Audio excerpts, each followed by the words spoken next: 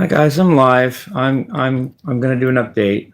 Um, uh, I guess I was fired by David Lee Roth. So my opinion is you're stupid, David. But do you? And in the Has-Been Hall of Fame, you would be on the top of the tier list. But you were great, and once great, always on that legendary level, no matter what happens and no matter what you do. You're David Lee Roth for what you did, and for that you know that's great. But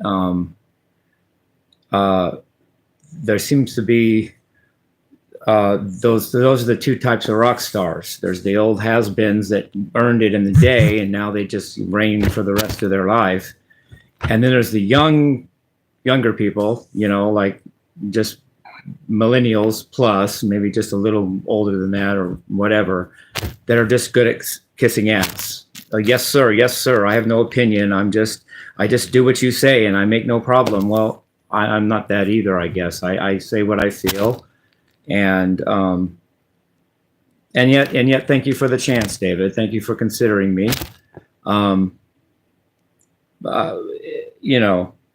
It feels kind of, I feel like my chain's been yanked a little, because people would yank my chain on the comments about, and then I would say what I feel and then get reprimanded and ultimately lose the gig. So it becomes about the brand. That's what the HR guy said. It's about, we don't have, that's not a good image. Well, I'm the dude that rocks. I'm the rock and roll dude. I'm the dude that plays guitar. I'm the dude that could have rocked it with you, David.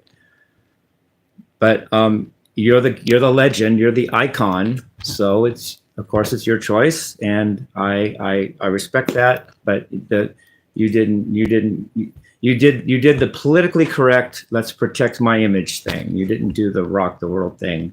And in hindsight, I wouldn't have wanted to do the gig in those terms anyway.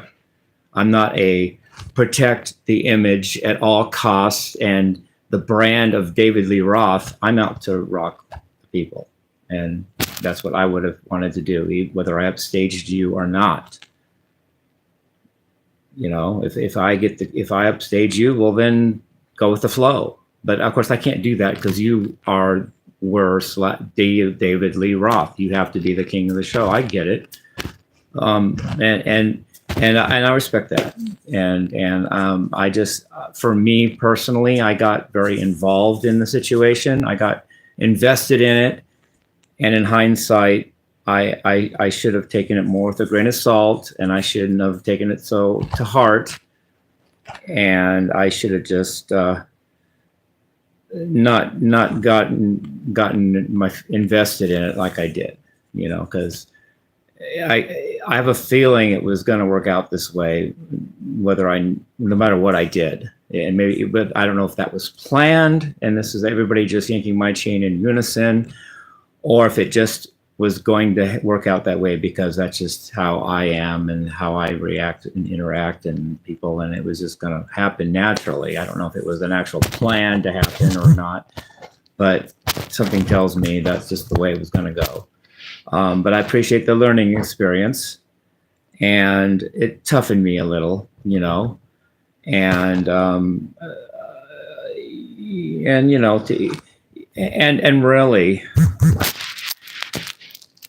really, I'm not really out. You called me, David. First, you called me. I don't know your number. I couldn't have called you. You called me on a private number, and yet at the same time, it feels like you're offering me something by doing that, and then it makes me feel indebted and invested when really you just take the rug out from under me in the end anyway, and tell your HR guy to tell me it's all off after you said curse me out first too, and then it's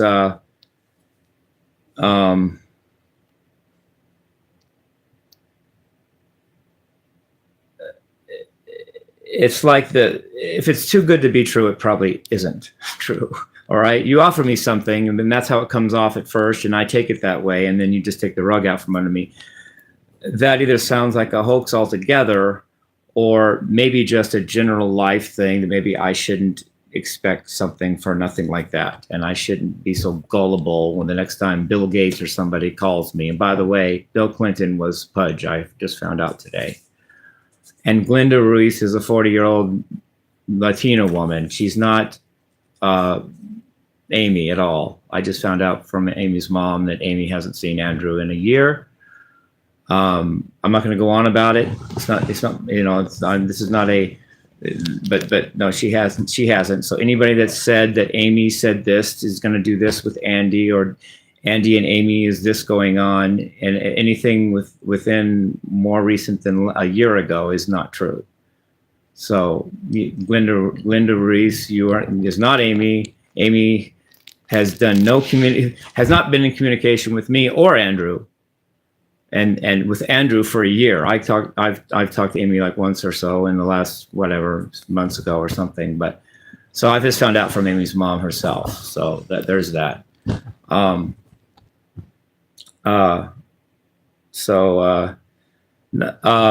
know, I've already said how I feel about Amy. That's great. You know, fine. But I have a feeling she's occupied. And I did my best to reach out, and I did my best to open my heart to her. So anyway, now on to brighter topics. I think tomorrow, or you know, in a few hours, it'll be tomorrow technically, is Button Up Monday, and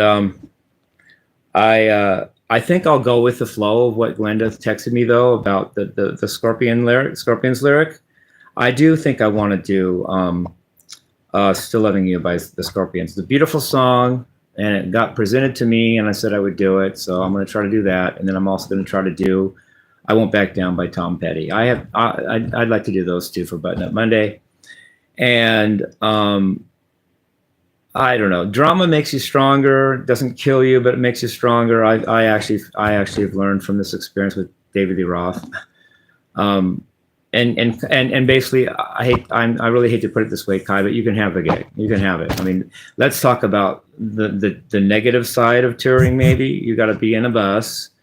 It's probably cold. It's moving all the time. Can always get in a wreck. You have to go to state where it's cold at times. You have to, Kai, now you're going to have to be hanging up on the wire 15 or 20 feet above the ground. I think they might have even said 30, but whatever, 15 to 20 feet above, so you can fly around playing guitar. You know, that can't be the most,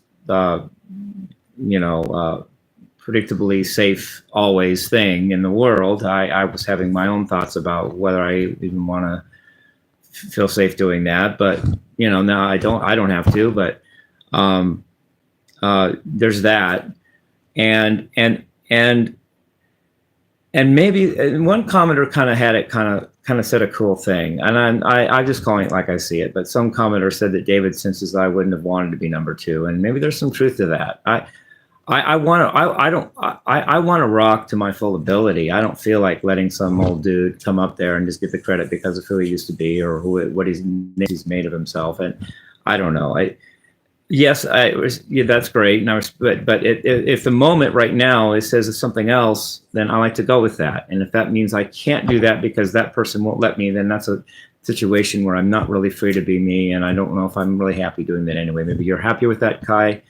You can be 15 or 20 feet above the ground. You can be traveling in a cold bus. You can be number two at all times, no matter what, and better not even think otherwise. And you don't question. And keep in mind, if you want, I flew off the handle with David once, but that seemed to be it. So that would bring me caution if I were the next guy to be in that same position. You pissed David Lee Roth off even once. Oh, well, who's the next guy? He doesn't care about you. Well, who can replace you now? You blew it.